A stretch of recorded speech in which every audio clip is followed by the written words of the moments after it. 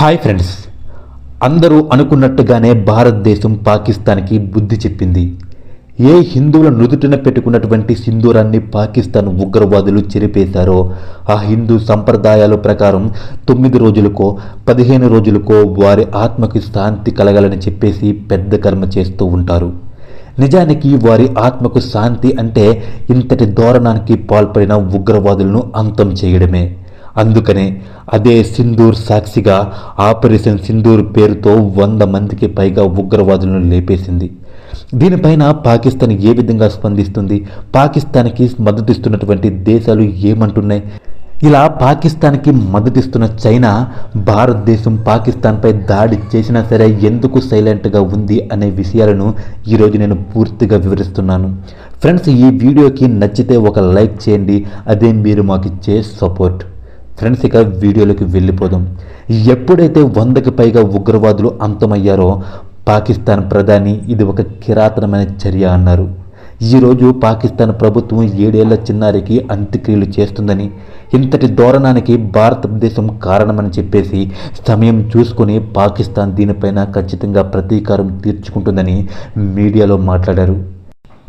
కానీ పాకిస్తాన్ ఉగ్రవాదులు అక్రమంగా భారతదేశంలోకి చొరబడి అమాయకుల ప్రాణాలను పొట్టన పెట్టుకుంటే అది మాత్రం కిరాతకమైన చర్య అని చెప్పే ధైర్యం లేదు. ఎందుకంటే అటువంటి కిరాతకులందరికీ అండగా ఉన్నది పాకిస్తాన్ దేశమే. అందుకనే భారతదేశము ఉగ్రవాదులను లేపేస్తే భారతదేశానికి బుద్ధి చెప్తామని చెప్పేసి ప్రగల్భాలు పలుకుతూ ఉంది. కానీ నిజానికి భారతదేశంపై దాడి చేసే అంత ధైర్యం పాకిస్తాన్కి లేదు.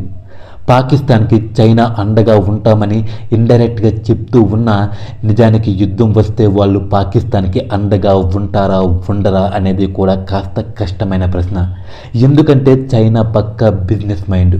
చైనా పాకిస్తాన్కి ఎందుకు సహాయం చేస్తుంది అంటే ఈ విధంగా పాకిస్తాన్తో భారతదేశానికి యుద్ధం వస్తే ఆ యుద్ధంలో చైనా తయారు చేసినటువంటి అత్యధిక ఆయుధాలను పాకిస్తాన్కి అమ్ముకోవచ్చు.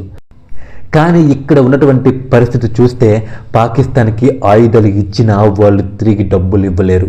వాళ్ళే తినడానికి తిండి లేని పరిస్థితిలో ఉంటే చైనా దగ్గర ఆయుధాలను ఎలా కొనగలరు?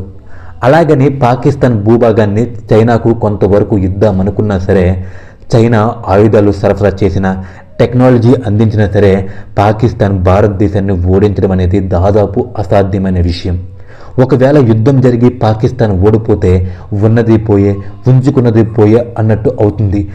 సంబంధం లేకుండా యుద్ధంలో తలదూర్చినందుకు అంతర్జాతీయ దేశాల ముందు ఒక దోషిలా మిగిలిపోతుంది. పైగా ఆర్థిక నష్టం కూడా చాలా ఎక్కువగా ఉంటుంది. ఒకవేళ చైనా పాకిస్తాన్కి సపోర్టుగా యుద్ధం చేస్తే భారతదేశం ఏమీ ఒంటరి దేశం కాదు. భారతదేశానికి కూడా చాలా దేశాలు మద్దతుగా ఉన్నాయి. ముఖ్యంగా రష్యా, అమెరికా లాంటి పెద్ద దేశాలు భారతదేశానికి మద్దతిస్తున్నాయి. ఒకవేళ ఏదైనా తేడా జరిగి చైనాకి కూడా యుద్ధంలోకి లాగితే పరిస్థితి తారుమారయ్యే అవకాశం ఉంది. అందుకనే చైనా పాకిస్తాన్కి సపోర్ట్ చేయాలని ఉన్నా కేవలం సంయమనం పాటించాలి, శాంతి చర్యలతోనే ఇలాంటివన్నీ చూసుకోవాలని చెప్తుంది. మరి చైనా అండ లేకుండా పాకిస్తాన్ భారతదేశంతో యుద్ధం చేసిందంటే డిక్కీ బలిసిన కోడి చికెన్ షాప్ ముందుకు వచ్చి తొడగొట్టినట్టే ఉంటుంది. పెహల్గాం ఘటనకి మనం ప్రతీకారం తీర్చుకుంటామని తెలిసి కూడా పాకిస్తాన్ సైన్యం మొత్తం కూడా అప్రమత్తంగా ఉన్నా సరే మనం పాకిస్తాన్పై 9 చోట్ల విమానాలతో దాడి చేస్తే కనీసం ఒక్క విమానాన్ని కూడా పట్టుకోలేకపోయింది పాకిస్తాన్ యొక్క రాడార్ వ్యవస్థ. కాబట్టి మనం గనక పాకిస్తాన్తో యుద్ధం చేస్తే ఖచ్చితంగా విజయం మనదే అని చెప్పేసి మనకి స్పష్టమవుతుంది.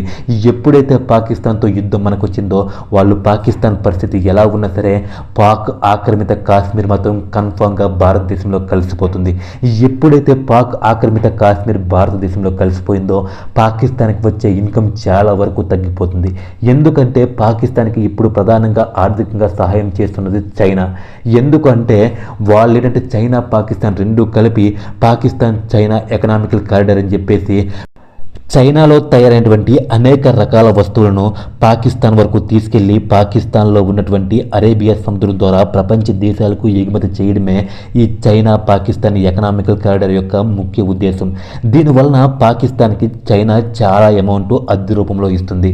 కానీ ఎప్పుడైతే యుద్ధంలో ఓడిపోయి పాక్ ఆక్రమిత కాశ్మీర్ని భారతదేశం సొంతం చేసుకుంటుందో అదే ప్రాంతం గుండా వెళ్తున్నటువంటి రహదారులను భారతదేశం మూసివేస్తుంది. ఎప్పుడైతే భారతదేశం మూసివేస్తుందో చైనా ఇంకా పాకిస్తాన్కి ₹1 కూడా ఇవ్వదు. ఇప్పటికే చైనా కోట్ల రూపాయలు పెట్టుబడులు పెట్టి పాకిస్తాన్లో ఉన్నటువంటి పోర్ట్స్ని చాలా బాగా అభివృద్ధి చేసింది. దీనివలన పాకిస్తాన్లో చాలామందికి ఉపాధి అవకాశాలు కూడా వచ్చాయి.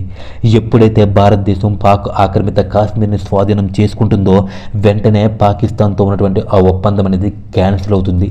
ఎందుకంటే పాక్ ఆక్రమిత కాశ్మీర్ ద్వారానే చైనా నుండి పాకిస్తాన్కి రహదారులు అనేవి ఉన్నాయి.